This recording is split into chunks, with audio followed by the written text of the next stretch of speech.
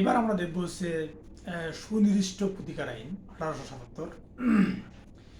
এই সুনির্দিষ্ট প্রতিকার আইন মনে রাখার একটা সহজ টেকনিক আছে, সেটা হচ্ছে যে পিয়ার সাহেব এসআর অ্যাক্ট করতে আর শিখায় ডক্টর মানে অর্থাৎ ডিআর মানে ডক্টর, জিআইপি অর্থাৎ গ্রামীণ ফোন, জিআইপি তা দেখে আসে। এই সুনির্দিষ্ট প্রতিকার আইন পিয়ার সাহেব এসআর অ্যাক্ট করতে আর শিখায় এবং ডক্টর জিআইপি তা দেখে আসে। যদি আমরা এটা যদি মনে রাখি তাহলে আমরা ইজিলি মনে রাখতে পারবো যে সুনির্দিষ্ট প্রতিকার আইন 1 থেকে 57টা ধারা মনে রাখার পদ্ধতি, এবং আমরা জানি যে সুনির্দিষ্ট প্রতিকার আইনে 10টা অধ্যায় আছে। যাই হোক, আমরা এখন যদি পিয়ার সাহেব এসআর অ্যাক্ট পড়তে আর শিখায় ডক্টর জিআইপি তা দেখে আসে, এটার মধ্যেই রয়েছে 10টা অধ্যায়। তাহলে পিতে হচ্ছে প্রিলিমিনারি বা প্রাথমিক বিষয়, এটা হচ্ছে 1 থেকে 7 ধারা। প্রাথমিক বিষয় হচ্ছে 1 থেকে 7 ধারা। আর তো হচ্ছে রিকভারি অফ ইমুভেবল প্রপার্টি, এটা হচ্ছে 8 থেকে 11 ধারা, অর্থাৎ অস্থাবর সম্পত্তি দখল পুনরুদ্ধার।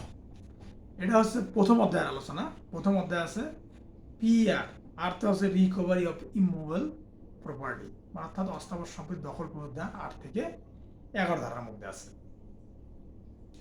পিয়ার সাহেব এসআর অ্যাক্ট মানে এসআর যেহেতু, তাহলে স্পেসিফিক পারফরমেন্স অফ কন্ট্রাক্ট মানে চুক্তির সুনির্দিষ্ট কার্য সম্পাদন, এটা আছে দ্বিতীয় অধ্যায়।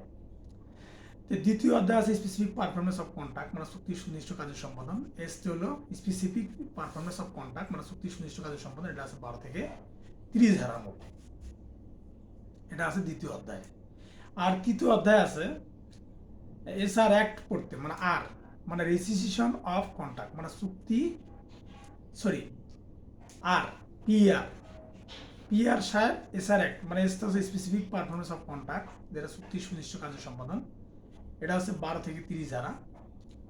আর তৃতীয় অধ্যায় আছে আর তো হচ্ছে রেকটিফিকেশন অফ দ্য ইনস্ট্রুমেন্ট মানে দলিল সংশোধন।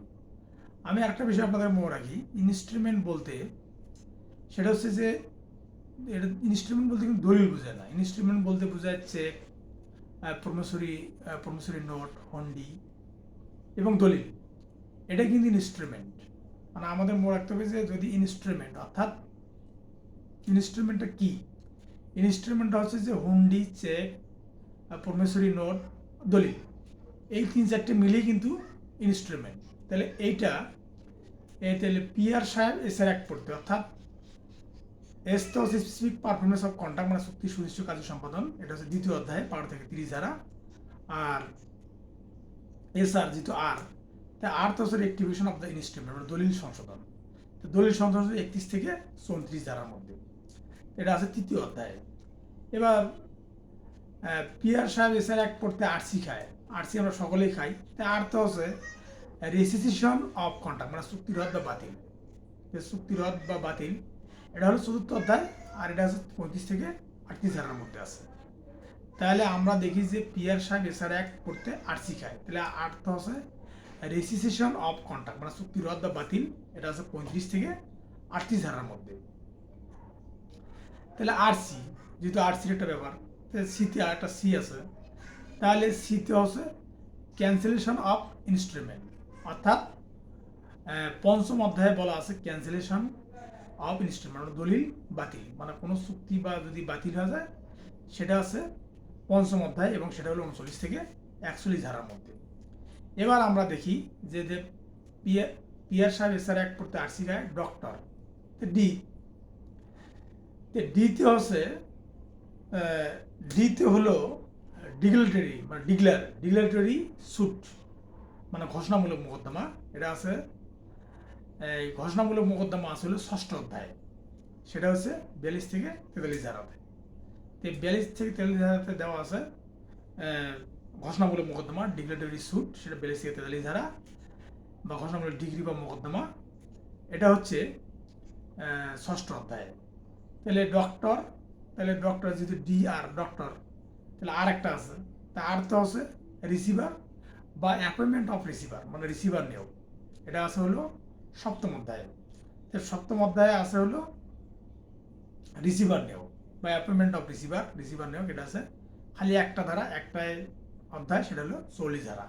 তাহলে একটা ধারা একটাই অধ্যায় হলো 40 ধারা, সেটা হচ্ছে রিসিভার হলো 40 ধারা। তাহলে ডক্টর জিআইপি মানে অর্থাৎ গ্রামীণ ফোন যেটা, তাহলে জিআইপি মানে গভর্নমেন্ট ডিউটি মানে সরকারের দায়িত্ব কর্তব্য সমূহ, এটা আছে 45 থেকে 51 ধারা। এটা কিন্তু এই ধারাটা কিন্তু ওমিটমেন্ট করা হয়েছে, ওমিটমেন্ট মানে অর্থাৎ বাতিল করা হয়েছে, সেটা হচ্ছে 45 থেকে 51 ধারা। এটা হলো অষ্টম অধ্যায়টা টোটালি বাতিল হয়ে গেছে। যদি এমসিকিউ পরীক্ষা আসে যে সুনির্দিষ্ট প্রতিকার আইনে কোন অধ্যায়টা বাতিল বলে গণ্য হয়েছে বা বাতিল করা হয়েছে বা অমিট করে রাখা হয়েছে, তখন আপনাকে বলতে হবে যে অষ্টম অধ্যায়টা। তো যাই হোক, যে গভর্নমেন্ট ডিউটি মানে সরকার দায়িত্ব কর্তব্য সমূহ 45 থেকে 51 ধারা। ডক্টর জিআইপি, তাহলে জিতে আছে গভর্নমেন্ট ডিউটি মানে সরকারের কর্মচারীদের দায়িত্ব কর্তব্য সমূহ, এটা হচ্ছে 45 থেকে 51 ধারা। তারপরে এবার জিআইপি, আইতে হচ্ছে ইনজাংশন, এটা হচ্ছে নবম অধ্যায়ের আলোচনা। নবম অধ্যায়ের আলোচনা হচ্ছে আইতে ইনজাংশন মানে অস্থায়ী নিষেধাজ্ঞা, এটা হচ্ছে 12 থেকে 53 ধারার মধ্যে। মানে অর্থাৎ আপনি অস্থায়ী যে নিষেধাজ্ঞাগুলো নেবেন সেটা হচ্ছে 12 থেকে 53 ধারার মধ্যে আছে। এটা আছে সুনির্দিষ্ট প্রতিকার আইনের নবম অধ্যায়ে। এবার দশম অধ্যায় পার্মানেন্ট বা পারপিচুয়াল ইনজেকশন, 14 থেকে 57 ধারা, এটা দশম অধ্যায় আছে। জিআইপি পিতে হচ্ছে পার্মানেন্ট বা পারপিচুয়াল ইনজেকশন মানে স্থায়ী নিষেধাজ্ঞা। আমরা সকলে জানি যে স্থায়ী নিষেধাজ্ঞা কি মাধ্যমে আসে, ডিগ্রির মাধ্যমে আসে। তাহলে আমাদের সুনির্দিষ্ট প্রতিকার আইন পুরোটাই করতে হয় দেওয়ানি কার্যবিধি ফর্মুলা অনুযায়ী। তো এই জন্য আমাদেরকে আমরা যদি পিয়ার সাহেব প্রমাণ করেন ওডি স্কোয়ার, পিয়ার সাহেব এসআর অ্যাক্ট করতে আর শিখায়, ডক্টর জিআইপি তাদেরকে হাসে। যদি আমরা এই সূত্রটা মনে রাখতে পারি তাহলে আমাদের 1 থেকে 10টা অধ্যায় এবং 1 থেকে 67 ধারা সহজে মনে রাখতে পারবো। তারপর আরেকবার বলি, পিতে হচ্ছে প্রাথমিক আলোচনা, প্রিলিমিনারি মানে প্রাথমিক বিষয় 1 থেকে 7 ধারা, এটা কোনো অধ্যায় নাই।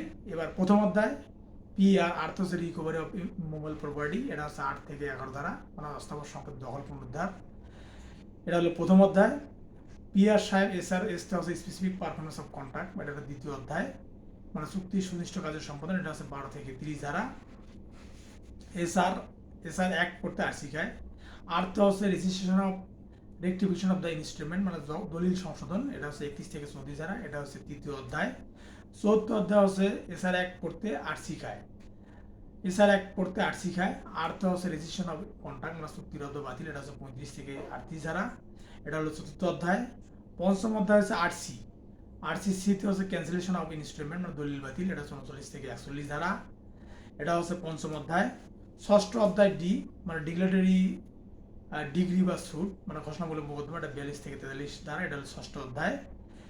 তারপর হচ্ছে পিআর এসআর অ্যাক্ট করতে আর শিখায় মানে এসআর অ্যাক্ট পড়তে আর শিখায়। আর্থ হচ্ছে ডক্টর জিআইপি তাদেরকে হাসে। ডক্টর ডিগ্রেটরি সুট বললাম, এটা হলো ষষ্ঠ অধ্যায়। এবার হচ্ছে আর্থ হচ্ছে রিসিভার মানে অ্যাপয়েন্টমেন্ট অফ রিসিভার মানে রিসিভার নিয়োগ বা তত্ত্বাবধায়ক নিয়োগ, এটা হচ্ছে 44 ধারা, এটা হচ্ছে সপ্তম অধ্যায়।